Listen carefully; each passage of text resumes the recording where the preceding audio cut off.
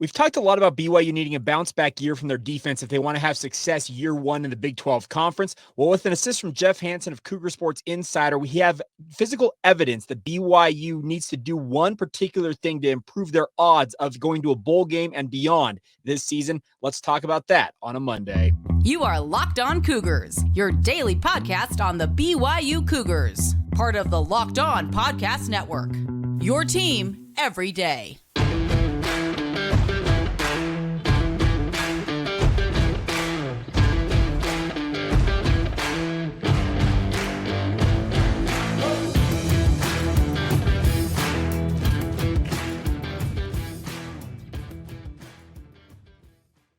What's up, everybody? I'm Jake Hatch, your host here on Locked On Cougars, your resident BYU insider. Thank you for making Locked On Cougars your first listen of the day. Thank you to all of you who are everydayers with us right here on the Locked On Podcast Network. Of course, this is your original daily podcast focused on all things BYU sports, and a big thank you to all of you for your support of this venture. Hope you had a fantastic weekend. BYU had their penultimate scrimmage of training camp. Their final one actually tomorrow night out at LaVell Edwards Stadium.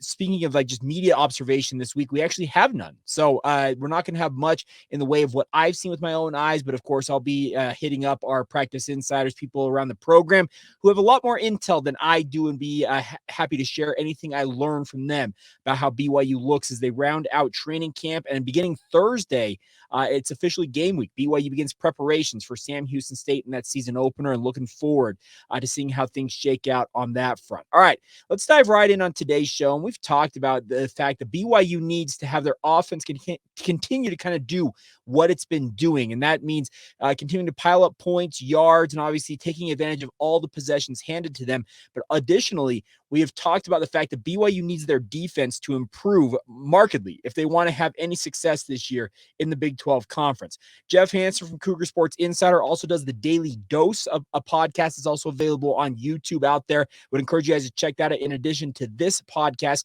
He talked about a new metric that's kind of popped up in the last couple of years, and I've heard Jeff talk about this in the past.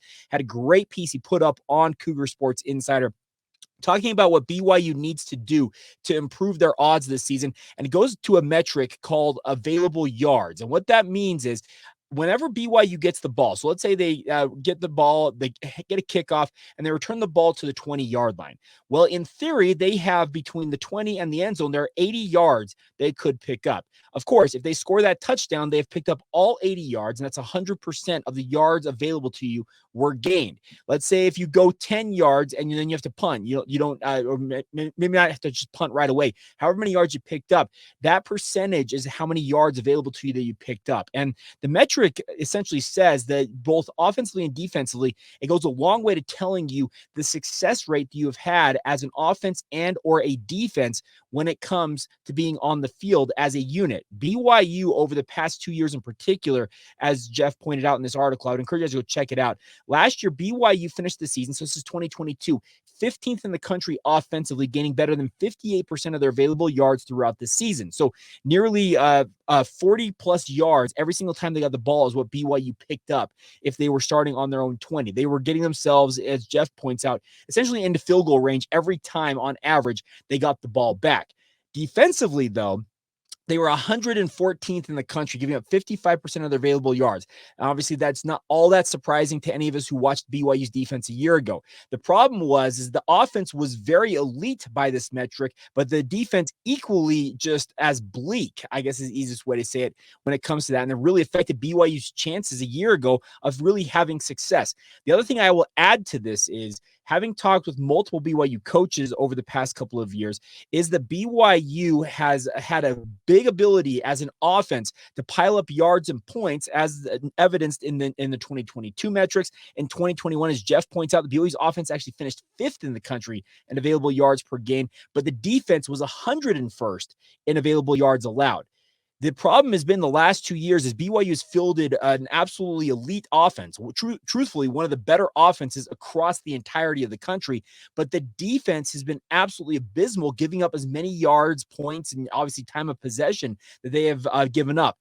In addition to this, I've had BYU coaches talk about the fact that BYU's offense has really been elite, especially considering the lack of touches or the possessions that they have been given because of the defense's struggles. It's not them saying that the defense sucks and they're absolutely killing us. They're just pointing out that BYU's offense, given the amount of possessions they typically have gotten over the past 2 years as compared to some of the more elite offenses across the country, BYU actually has done more with less. Speaking of less possessions, they've actually scored more points, gained more yards, and just done better offensively than other elite offenses. And that's not necessarily a bad thing for BYU to be talking about, but imagine what they could do. And I've talked about this on the podcast in the past. Imagine what they could do with an extra possession, 2 or 3 in any given game. And if they're this efficient. This is the problem that BYU faces. The defense cannot be as bad as it was the last 2 years in particular. And even going back, he says in 2019 here, BYU's offense finished 23rd in countries in yards earned on offense. So they were 23rd. So they backed up a little bit in 2019. But then defense, they were 64th in available yards allowed. Now, the 2019 season did not necessarily go according to plan. There were some blowout losses in there, but BYU also was in essentially every game outside of the blowout losses to Utah and, as he points out, Washington. So the bigger thing, as Jeff points out, is he thinks that the 2023 metrics for BYU in this, the goal should be to probably mirror a little more of what 2019 did. In essence, having the offense sit in the top 25 in the country, maybe not necessarily as elite the last 2 years, just with some of the turnover you've had offensively, especially at the quarterback position. Sure, if you get to top 15 or even in the case of 2021, a top 5 offense in this metric, that'd be awesome for BYU in 2023. That means they reloaded and just absolutely just carried on doing what they do. But if the defense improves to 64th, which we've talked about, the metrics for BYU have kind of been sitting in the 90s or the hundreds last year in terms of the overall top to bottom metrics for a defense. If you can get BYU back to the 60s, which I think is a pretty aspirational and achievable goal in 2023 for BYU on defense, that should give them a much better opportunity to get extra possessions for the offense and obviously allow the offense to have more of an opportunity to go out there and win games, not necessarily having to win some of these shootouts. Is BYU going to be averse to playing in a shootout and going after it? No, they're not. We're actually going to talk about a shootout that went really, really south for BYU in 2022 coming up here in just a little bit with our look back at all of the independent games BYU played. Essentially, it was when they hit rock bottom last season. We'll talk about that in a moment, but BYU needs, just in terms of their ability to win these games they're going up against in 2023, 10 straight of them are going to be Power 5 opponents, as we all know. You've got to have a defense that's more middle of the pack at minimum than bottom tier of college football. You can't be the 101st or 114th ranked defense. And this is just one metric. I get it, but I wholeheartedly endorse what Jeff is saying here because it's actually a metric that I think correlates very clearly with success or patheticness. I invented a word there, just apathy, whatever you want to say about BYU's defense the last 2 years. It needs to be improved. And I think that's a very, very achievable goal for BYU is those 2019 metrics. Yeah, be a top 25 offense, but be a middle of the pack defense. And that should give you an opportunity to be in the mix in every single game. Is the degree of difficulty much tougher with the schedule than 2019 schedule? Yes, it is. But that's got to be, I think, what Jeff is pointing out, and I would agree with him. I'd echo what he says.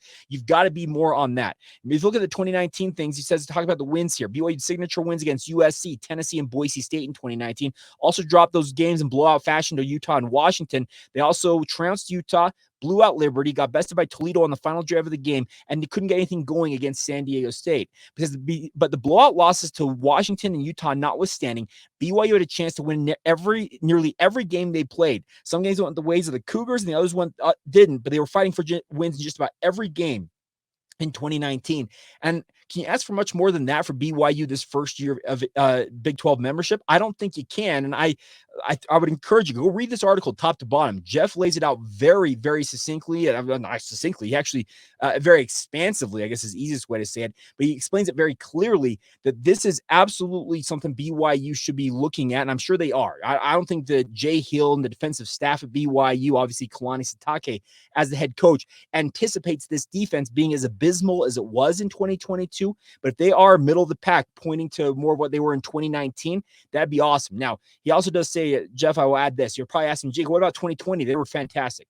2020 was such a weird year, and obviously with all of the scheduling quirks and BYU's lack of just overall opposition not being as elite as it has been in the other seasons that he noted here, you probably throw 2020 out with the bathwater, because it was a top 25 defense as well as a top 25 offense, but the strength of schedule, we all know in 2020 was not as elite as it could and should have been that season. So interesting notes all the same, and a big thank you to Jeff, obviously, and great stuff by him over at Cougar Sports Insider. I encourage you guys to check out his work, and obviously, once again, that Daily Dose podcast. I'm sure he'll be talking about this as well. Coming up here in just a minute, going to catch up with a BYU player that I was very eager to get to know after BYU scrimmage on Saturday. Now, you're probably wondering, well, where's the recap of the scrimmage, Jake? I did a special podcast on Saturday. If you guys want more notes on that, I have a couple other notes I picked up that we'll talk about coming up next, in addition to a conversation I had with Keelan Marion. And I got to say, really enjoyed getting to know this young man, and he is excited to be a part of the BYU football program. And you're going to love who really was the impetus, or I guess the main recruiter to get him to come to BYU. And we'll talk about all of that as we continue on right here on Locked On Cougars. Now, a word real quick on our friends over at LinkedIn. Of course, these days, every new potential hire can feel like a high-stakes wager for your small business, or if you're a hiring manager, no matter what it is, you want to be 100% certain that you have access to the best qualified candidates available, and that's why you guys need to check out LinkedIn Jobs. LinkedIn Jobs help you find the people that are right for your team faster and, more importantly, for free. Go set up your profile today, get the job posting out there, and then add your job in the purple hashtag hiring frame to your LinkedIn profile to help spread the word that you're hiring. They feature simple tools like screening questions, which make it easy to focus on the candidates with just the right skills and experience, so you can quickly prioritize who you'd like to hire, and more importantly, interview, and then ultimately hire is what I should say. Obviously, that's the process you go through. But once again, it's a fantastic feature. And once again, it's free. It's all why small businesses are rating LinkedIn Jobs #1 in delivering quality hires versus their leading competitors. LinkedIn Jobs helps you find the qualified candidates that you want to talk to faster. Post your job for free at linkedin.com/lockedoncollege. That's linkedin.com/lockedoncollege. Once again, to post that job for free. Terms and conditions apply. Thank you once again for making Locked On Cougars your first listen of the day. Thank you to all of you who are everydayers with us here on the podcast.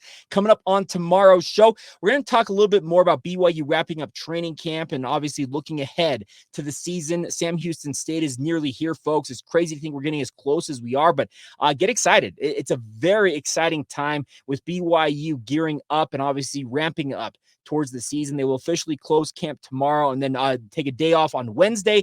Kalani Sitake pointed out they will be going river rafting. So keep an eye out for social media posts of that ilk on Wednesday. And then Thursday, all attention on Sam Houston State and obviously the 2023 season. And at that point, it's on, folks. And we'll, of course, have plenty of coverage for you guys every single day right here on Locked On Cougars as well. All right. Had a great chance to catch up with Keelan Marion after BYU scrimmage on Saturday, a guy that's expected to be part of the six-man rotation BYU's looking at when it comes to their upcoming season. Kalani Sitake making those comments to Cougar Sports Saturday on KSL News Radio. And I'm not surprised by that at all. Keelan Marion is a fantastic football player, and he absolutely, I think, is going to be in the mix for BYU over the next 2 to 3 seasons, however long he decides to stick around BYU. He has up to 3 seasons of eligibility remaining, so he could be a BYU for quite a while if he so chooses to do that. But really had a great chance to catch up with him. We'll play that interview for you guys right now, right here on Locked On Cougars. How'd the scrimmage go in your mind? Scrimmage went great. Defense guided us, offense guided the defense. A lot of competition, great work, physical. Now, you obviously are one of the newcomers to this program. Guys like Keelan are newcomers as well. How do you feel your relationship with him as a quarterback has come along? I feel like we coming along pretty good. He's a jokester, but he also, when to lock in. We both know when to lock in. He's a jokester though. But I feel like me and Keelan has a great relationship. What's your favorite part about him? My favorite part about Keelan is he carries himself as a true NFL quarterback. Okay. I can see him going to the next level, balling out, doing his thing. Like that's what pretty surprised me about him, that he carries himself like an actual QB on and off the field. Now, you played with a number of quarterbacks during your time at UConn. How nice is it to, at least in theory, be settled on one guy? I feel like it's great to be settled on one guy, but you can always be ready for multiple because you never know what could happen. But I feel like me being locked in with Keelan, It's been pretty great. You know, Jake can also step up and rip it. Ryder, Cade, all them guys can come in and step in there. Nick, and all them guys can step in there and sling it. All them guys. How's the transition to BYU been? Transition to BYU, it's been pretty good. The guys make me feel like I've been here for years. Even though I've been here for about 2.5 months, 2 months, maybe 3. I lose track during camp. I lost track during camp, but the guys does make you feel like at home. They make you feel like home. What's your favorite part about Utah so far? The mountains. Okay. The mountains. I love the mountains and the people here. I love the mountains. I might take 100 pictures of the mountains a day. Something like family and everything. It just amazes me every time I step out in the field. Just looking out, you can see it from the stadium. It's amazing. Now you're a kid from Atlanta, right? Yes, sir. So, do you ever go up to the Appalachian Mountains at all? Or Never. Anything like that? Okay. Never. So this is the first. The only time I've been in the mountain was to the Y. Okay. To the Y. Now, how would you describe your skill set as a wide receiver? I feel like I wouldn't say I have a skill set. I'm a playmaker. Okay. So I feel like I can move in space, go deep, screens, sweeps. With a little tailback. Even a little tailback can get back there, make something happen.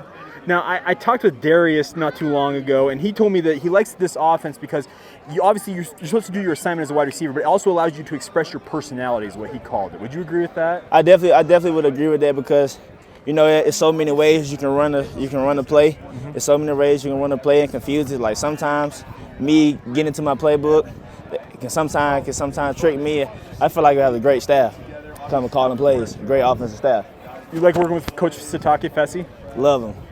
Love him. Always positive, never have any bad energy. Not just yelling just to yell. He's teaching. I feel like he's teaching. I ain't gonna say I feel like he's teaching, he is teaching. And now, as I understand, you're also contributing on special teams. Is that something you feel like is just part of your repertoire? Yes, sir. I feel like I can go down. I ain't gonna say I feel like it. Yeah. I know I keep saying that, but I can go down and make the tackle on kickoff, return the kicks. You take pride in it then, take pride. Because the other people that don't, it's just not their thing. Football is just amazing. Like, there you go. Football is just amazing. Like, you're a football player. Yes, sir. Last thing for me is, what was the process like coming to BYU? Like, who reached out to you? What was that all like? It started from me talking with my friend Aiden, because Aiden parents stay back home in Georgia, so he comes from Louisville to Georgia sometimes to visit, and we hang. And I just had reached out to him one day and told him I was thinking about leaving, and if he were to put the word in, I'll come play with him and join him. So Aiden Robbins, the reason why Keelan Marion's here. Yes, sir. Well, that's awesome. Well, Keelan, thank you so much for the time. No problem. Anytime.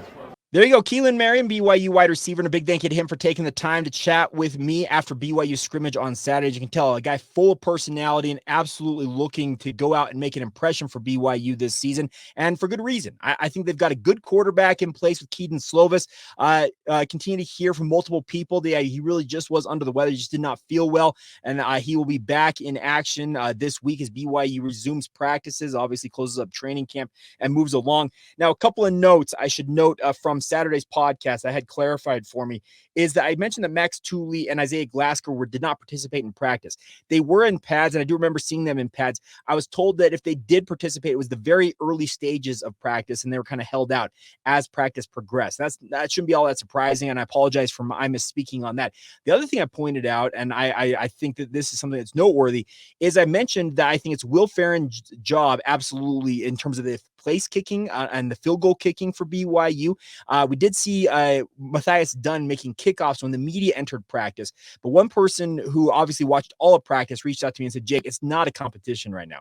They believe it is fully Will Ferrell's job, both place kicking, kickoffs, field goals, PAT. They said it's Will Ferrell, and he had to have to fall apart at this point not to be the guy for BYU. They said that his kicks just look different. They're kicking higher. They're kicking farther. They said there's just a different sound when it comes off of his foot right now. And that's a good thing. If BYU's competition at kicker yielded a guy in Will Ferrell who looks the part right now, hey, I'll eat crow on saying that I was really concerned for BYU's kicking position coming out of spring, but I still stand by the fact that I was concerned about it. The nice part is it looks like the guys put in the work over the summer, speaking of Will Ferrell and Matthias Dunn.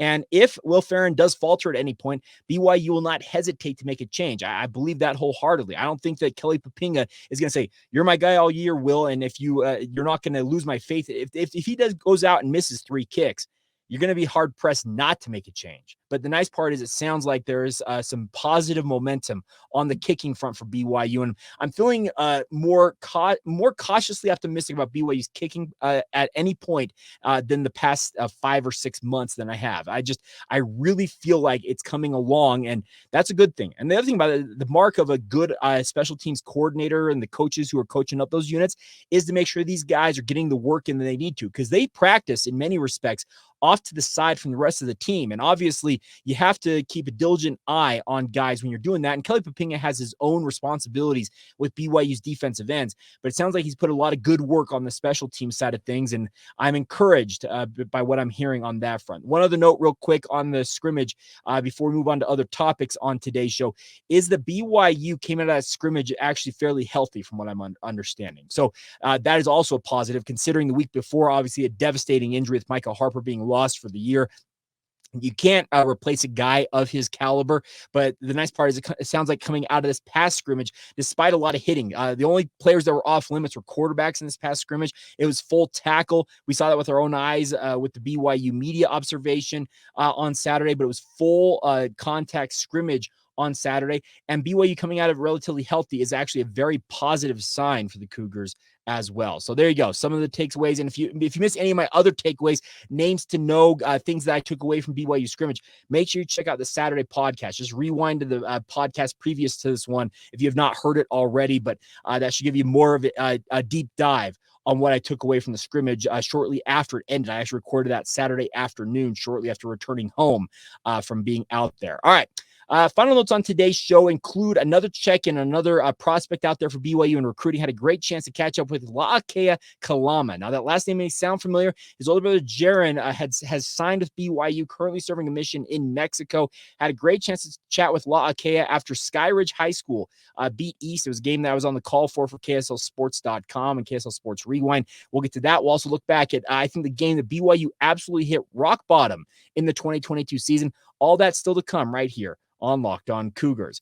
Now, a word real quick on our friends over at UCCU. They have what they call Learn and Earn, my friends. The UCCU mobile banking app is paying your entire family to learn about money. Kids look to parents to become financially literate, and of course, parents don't always know the answers. Learn and Earn is here to break down financial topics into fun, bite-sized educational games like quizzes and trivia, and every time a family member completes a topic, they earn points that can be accrue and be redeemed for gift cards to stores like Amazon, Apple, Sephora, Walmart, Nike, and many, many more. Think about it, my friends. It's a way to both learn and earn. That's why they're calling it that. There's age-appropriate content for every member of the family who can compete head-to-head with one another, as well as tracking their progress on leaderboards. There is all available now on the UCCU mobile banking app, so play it anytime, anywhere you happen to be, because we all know we have our phones on us. The more you play, the more you learn, and the more you learn, the more you earn, my friends. Learn and Earn, part of UCCU's award-winning Be Money Smart youth banking program, helping kids, teens, and parents have fun while becoming more financially literate together. It's all courtesy of your friends over at UCCU.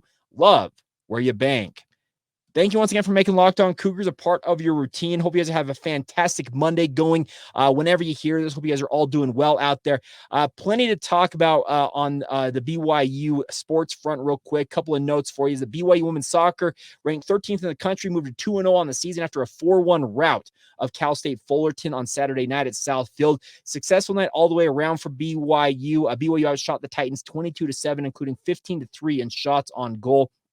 They also just absolutely rocked and rolled their way. The nice part is all of those goals came off 7 different assists and came off the feet of 4 different scorers. Brecken Mozingo, Bella Felino, Ellie Walbrook, and Aaron Bailey all scored for BYU, and they'll be back in action coming up this week. They're going to be still at home on Thursdays. They host Long Beach State, another Southern California team coming to Provo.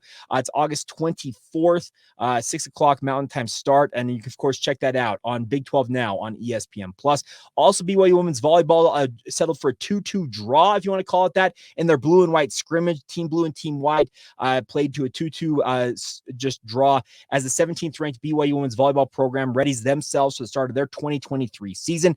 They are going to officially kick off their season against number 5 Pitt this Friday, August 25th, the Ellison Invitational, Missoula, Montana. That'll be at 2 o'clock Mountain Time. The match will be streamed on ESPN+, but opening the season on the road, obviously looking forward to BYU women's volleyball being out on the court once again, finally coming up. All right. Final two notes for you guys. Real quick, a great chat I had on last Friday night. I was out on the call for KSL Sports Rewind doing the East and Skyridge game. Now, Skyridge has a great wide receiver. His name is La'akea Kalama, and his older brother, Jaron, signed with BYU as part of the 2021 recruiting class, if I recall correctly, out of Wasatch High School. Family moved down to Utah Valley, where La'akea is now playing for Skyridge, and he's an absolute insane athlete. Had 2 highlight reel catches. I'm going to have to see if I can get a video of these and play them for you guys on the podcast. I'll talk to the guys at KSL Sports. We had 2 highlight reel catches, and we started off our conversation talking about those catches and his reaction to going out and doing what he did in the win for Skyridge over East. Yeah, I mean, we just practiced catching the ball. The ball's not going to be perfect. I know that. The D-line was getting good pressure all night, and then at the end of the day, you just got to make a play. Now, Jackson Stevens is your quarterback this year. Sure. What's the relationship with him like? Yeah, so Jackson came in. It's been pretty good. We've been working a lot in the offseason trying to get that chemistry down. But, yeah, he got an arm and he can sling it. So we're looking forward to, like, a good season. We'll have a good season. Now, you had McKay last year, and he was quite an athlete in his own right. What's the biggest difference between him and Jackson? I don't know. 2 great quarterbacks. I mean, McKay was definitely huge on his legs. Like, he could run, and he's probably getting the first down every time. Jackson's probably throws it a little more. I mean, McKay did what he had to, and both quarterbacks are honestly just phenomenal. Now, I just wanted to ask you, in terms of recruiting, how's everything going on that front? It's going pretty good. I mean, hear from a couple schools here and there. I have offer from Navy, and then other than that, I mean, we're just trying to work hard and try to get more looks. What's the biggest thing you worked on as a receiver this offseason coming into this year? The biggest thing I would say is just being consistent. Shout out to Ross Apo. Okay. I train with him, and just consistency, because I've pretty much trained breaks, everything, almost everything a receiver has, but now it's just being consistent with it and perfecting that. What's it been like working with Ross? Obviously, he's a legend around these parts in terms of training wide receivers. Oh, yeah, for sure. Ross, best trainer in the 801, easily. Just, yeah, a great guy, and just I would hit him up if you're trying to get right, because he'll get you right for sure. Obviously, your brother signed with BYU, currently serving a mission for the Church of Jesus Christ of Latter-day Saints. How much contact do you have with him? Is he pushing you to, hey, join him at the Y? What's all that like? Yeah, I mean, we talk to him on Mondays. I think for him, he's more focused on his mission right now, so which is a good thing. And then he's having a good time out there, so it was a great experience. But yeah, as for the BYU part, I don't know. We'll see. He's excited to come back and play, so we'll see. Have you been in contact with BYU? A little bit, kind of. I think they've told me they've seen me more as like a running back maybe, but I don't know. We'll see. Now, in terms of just moving forward here, what are the goals for you guys? Repeat state champions? What are you guys looking to do this season? Yeah, for sure. The end goal is definitely to repeat state championship, but like it's everything building up to that point. So we just got to stay consistent, and it's like we just got to take it 1 week at a time, and we can't get too high. I know last year we won a state championship, but that all goes out the window. Like, this is a whole new season. It could be a different outcome. We just got to keep pushing ourselves. There you go, La'akea Kalama, and I'm hopeful that BYU will pick up their recruiting interest in him, because it sounds like it may have fallen off a little bit, but I thought he was an absolute sensation in that game for Skyridge. They improved to 2-0 on the season. They're obviously the 6A defending champions in the state of Utah, and looking, obviously, as he mentioned, to going out and winning another state title for the 2nd straight year, but off to a good start. And he himself, speaking of La'akea, they call him La'a as well for short, a really good football player. And I think he'd be a very, very nice addition to BYU if they can land him in the recruiting process, but we'll kind of wait and see how it all shakes out. Now, a note I failed to point out is BYU is on their tour over in Europe. They opened their European tour in Italy and Croatia with a 100-64 win over Orange One Bassano on Saturday. Keegan Brown, who is the director as one of the staff members for BYU men's basketball, pointed out that Trevin Nell, who comes off of a redshirt year last year with shoulder surgery, led the team with 20 points, 3 rebounds, and 2 assists. Spencer Johnson, 12 points, 5 rebounds, 2 assists. Noah Waterman, 11 points. Husseini Traore, 11 points and 10 rebounds. And really, really good showing for BYU in that win over Orange One Bassano. They'll play 3 more games this week as they continue their tour over there in Europe. And obviously looking forward to more updates on this, but it sounds like a very, very successful day for BYU on the hardwoods in Milan, Italy. They had an opportunity to attend church and also do a fireside on Sunday evening. If you guys did not see that online on social media, BYU is meeting with missionaries and other members in Milan, Italy. Really cool stuff for them to be able to do that. All right, final note as we go, we're going to be a little over time on today's show, but nonetheless, plenty of information to pack in here. But BYU, we talked about a really tough loss for them in a game against Notre Dame last Friday as we continue our look back at all 155 games for BYU. Well, that one I think was a really, really tough loss for BYU. But where things really bottomed out in my mind in the 2022 season was the home game the following week as Arkansas came to Provo, Utah. Now, the Razorbacks were a middling team. They were 3-3 coming into this game. The thought was that this was a very important game for the Razorbacks if they wanted to get to bowl eligibility.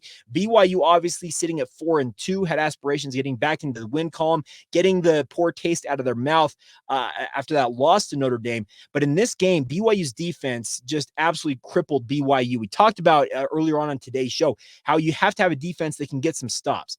In this game, Arkansas, their very first two series, they had a fumble and then they punted. After those first two series, which BYU actually ended up, they were up 13-7 at one point in this game, at 21-14 as well at one point for BYU. And then, but after their first two series for the Arkansas Razorbacks, the Razorbacks scored on 8 straight possessions. Yes, 8 straight in the middle part of this game.